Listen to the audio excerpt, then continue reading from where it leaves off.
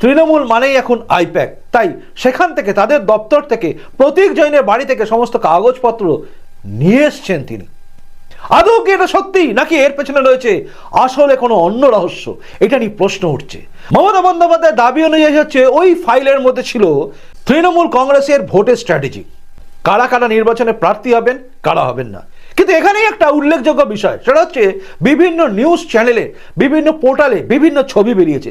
সেই ছবির মধ্যে থেকে একটা ছবি বের করে তরুণ জ্যোতি তিওয়ারি, অর্থাৎ বিজেপির যিনি একজন রাজনৈতিক নেতা এবং তার সঙ্গে সঙ্গে তিনি একজন দুধে উকিল বা আইনজীবী, তিনি কিন্তু একটা ছবি দেখে সেটাকে পোস্ট করেছেন এবং সেই পোস্টে আপনারা দেখতে পাচ্ছেন পরিষ্কার করে উল্লেখ করা আছে যে এখানে যে ফাইলগুলো উদ্ধার করা আছে তার মধ্যে লেখা আছে ফেব্রুয়ারি 2022।